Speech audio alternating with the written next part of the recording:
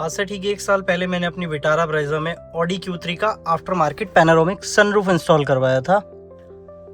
लोगों ने बोला लीक होगा, आवाज़ आएगी, इंश्योरेंस रिजेक्ट हो जाएगा, गाड़ी की स्ट्रेंथ कम हो जाएगी। तो आज 1 साल बाद बिना किसी स्पॉन्सरशिप के मैं आपको इस वीडियो में इसका रियल ओनरशिप रिव्यू देने वाला हूँ। तो नमस्कार दोस्तों, सबसे पहले स्वागत है आपका कार प्यार व्लॉग्स में। अगर आप भी कार में आफ्टर मार्केट सनरूफ लगवाना चाहते हैं या लगवाने की सोच रहे हैं, या आप भी मेरी तरह पहले एक रिसर्च मूड में अभी, तो ये वीडियो आपके लिए बहुत ही इंपॉर्टेंट है। इस वीडियो में बने रहना, क्योंकि इस वीडियो में आगे मैं शेयर करूंगा अपना 1 साल का ओनरशिप एक्सपीरियंस और क्या कोई लीकेज हुई, क्या रैटलिंग नॉइज आती है, वायरिंग और फिनिशिंग कैसी है, इंश्योरेंस में ये ऐड हुआ नहीं हुआ और अप्रॉक्सीमेटली इसका खर्चा कितना आया। वीडियो को एंड तक जरूर देखना, क्योंकि मैं हर एक क्वेश्चन का ऑनेस्ट आंसर देने की पूरी कोशिश करूंगा।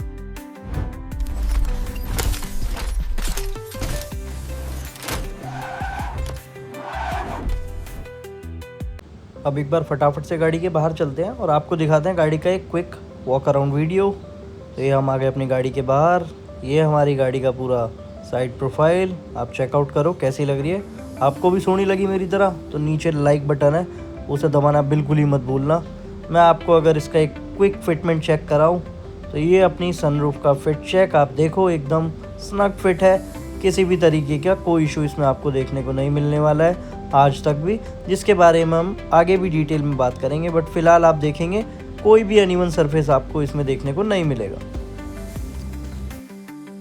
गर्मी बहुत है और दोस्तों, अगर वीडियो को लाइक नहीं करा है तो इस वीडियो को जल्दी लाइक कर दो, क्योंकि आपका भाई इतनी तगड़ी गर्मी में भी आप ही के लिए सिर्फ वीडियो बनाने के लिए यहाँ पे आया है। गाड़ी के एक बार अंदर चलते हैं। वो अलग ही लेवल का बंदा था। अभी हम आ गए अपनी ब्रेजा के अंदर। तो मेरे काफ़ी सब्सक्राइबर भाइयों का ये क्वेश्चन था कि सनरूफ कैसी काम कर रही है, सनरूफ का क्या खर्चा आया, आपने कहाँ से ये सनरूफ लगवाई। तो आज इस वीडियो में वही सारे पॉइंट्स कवर करूँगा कि 1 साल के बाद मेरा आफ्टर मार्केट सनरूफ के साथ कैसा एक्सपीरियंस है।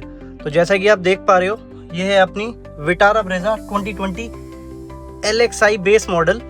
सो जैसे कि आप देख पा रहे हैं, इसमें कुछ भी बेस मॉडल जैसा तो रहा नहीं है, बट स्टिल है तो LXI ही।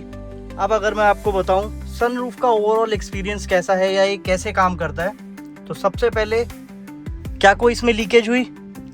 0, 1% भी किसी भी तरह का कोई लीकेज इशू मुझे नहीं आया है आज तक। टिल डेट मॉनसून सीजन भी ये देख चुकी है।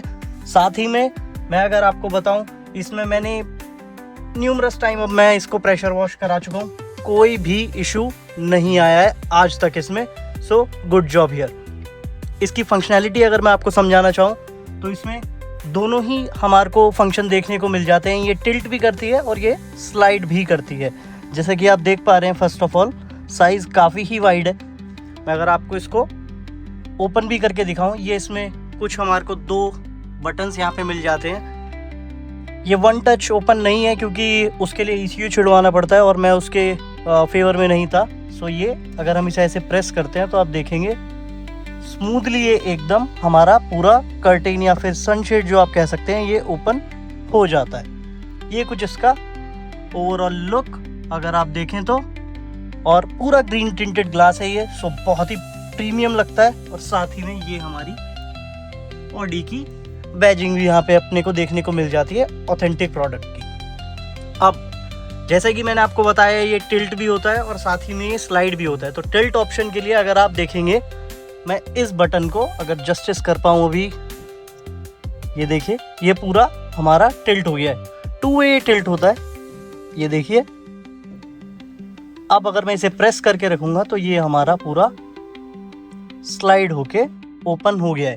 ये कुछ आपको इसका ओपनिंग एरिया देखने को मिल जाता है, काफ़ी ही वाइड है और बहुत ही ज़्यादा क्लासी लगता है देखने में। ये कुछ इसका ओवरऑल लुक केबिन का, काफ़ी अच्छे तरीके से सनलाइट आ रही है। अब पहले एक बार आपको इसका फिट एंड फिनिश चेक करा देता हूँ कि फिट एंड फिनिश कैसा आया है ओवरऑल इस पूरे काम का। तो ये अगर आप देखेंगे, ये मेरा रूफ लाइनर है, एकदम ही परफेक्ट स्नग फिट आया है। अलकंटारा फैब्रिक के साथ हमने इसमें काम कराया था। अगर मैं इसको आपको टॉप से भी दिखा पाऊँ तो ये आप कुछ देख पा रहे हैं, मैं गाड़ी के टॉप पे आ गया हूँ। फर्स्ट ऑफ ऑल हम रिकमेंड नहीं करते हैं सनरूफ से बाहर निकलना, सनरूफ बाहर निकलने के लिए बिल्कुल ही नहीं होती है। सो ये कुछ इसका आपको टॉप व्यू देखने को मिल जाता है। और यहाँ पे अगर मैं आपको इसका दिखा पाऊँ, ये इसके पूरे चैनल है। ये हमारा फर्स्ट ड्रेनेज होल आपको देखने को मिलेगा। सेम वे आपको ड्रेनेज होल यहाँ भी देखने को मिलेगा और 2 आपके पीछे की तरफ ड्रेनेज होल देखने को मिल जाते हैं। ये कुछ इसका पूरा चैनल है और ये इसका मैश मैकेनिज्म। अब एक बार वापस से गाड़ी के अंदर चलते हैं। फिट एंड फिनिश का आइडिया आपको अब तक लग चुका होगा कि बहुत ही प्रोफेशनल तरीके से और बहुत ही फैक्ट्री फिटेड काम आप कह सकते हैं ये हुआ है। तो अभी हम आ गए हैं वापस अपनी गाड़ी के अंदर। फर्स्ट ऑफ ऑल इसे बंद कर लेते हैं और फिर आगे की बात कंटिन्यू करते हैं।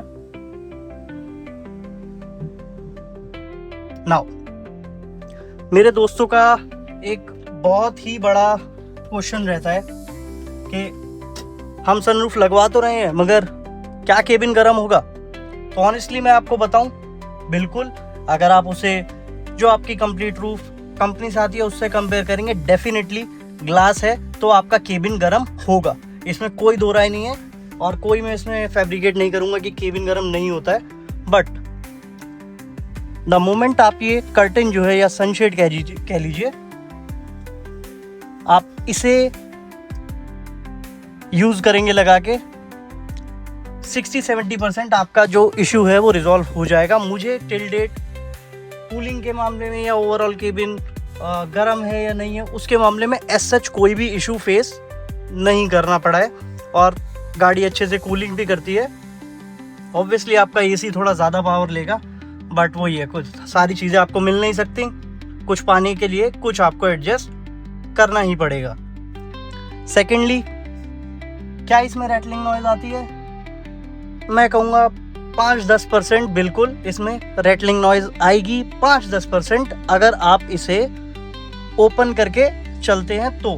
बट एनीवेज आप एक मारुति ओनर हैं तो रैटलिंग से आपको कुछ खास प्रॉब्लम होनी नहीं चाहिए। लीकेज की हमने ऑलरेडी बात कर ली है। लीकेज का एज सच कोई भी इशू मेरे को देखने को आज तक नहीं मिला है। अब अगर मैं आपको इसका वायरिंग दिखाना चाहूंगा, कोशिश करता हूं आपको इसकी वायरिंग एक बार शोकेस करने की।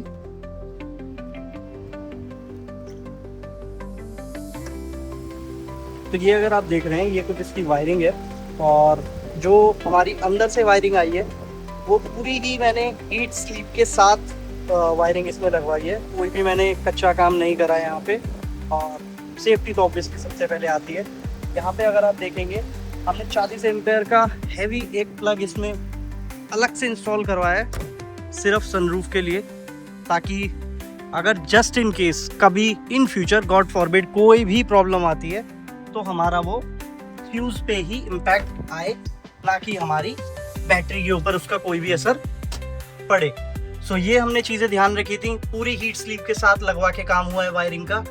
और मोस्ट इम्पॉर्टेंट थिंग, अगर आप भी ये सनरूफ प्लान कर रहे हैं तो ये आप ध्यान रखिएगा, मोस्ट ऑफ द इंस्टॉलर जो होते हैं वो डायरेक्ट आपके फ्यूज के अंदर उसका कनेक्शन जोड़ देंगे, विच इज़ रॉन्ग। उससे आपका जो भी वो फ्यूज होगा, ऑब्वियसली वो छोटे फ्यूज में जोड़ेंगे, वो उड़ जाएगा या कह लो आप वो फ्यूज आपका खराब हो जाएगा। इसके लिए आपको हमेशा सप्लाई जो लेनी है वो फ्यूज बॉक्स से लेनी है। बाकी आपका कनेक्शन अगेन 40 एम्पेयर के फ्यूज के साथ या फिर रिले के साथ आप कह लीजिए होते हुए आपका बैटरी में जाना चाहिए, तभी वो चीज सक्सेसफुल होगी।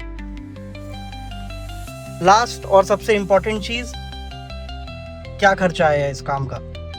ओके, सो अगर मैं आपको बताना चाहूँ ओवरऑल खर्चा जो मुझे इस पूरे सनरूफ के काम के लिए आया, चलिए मैं आपको एग्जैक्ट रेट तो नहीं बता पाऊंगा, बट हाँ, अगर आप भी ये काम करवाना चाहते हैं तो 60,000 से 2 लाख के बीच में काम होता है। एग्जैक्ट डिटेल जानने के लिए मेरा नीचे इंस्टाग्राम हैंडल है, वहाँ पे आप जाके मुझे डीएम कीजिए, आपको सारी डिटेल आपका भाई शेयर कर देगा।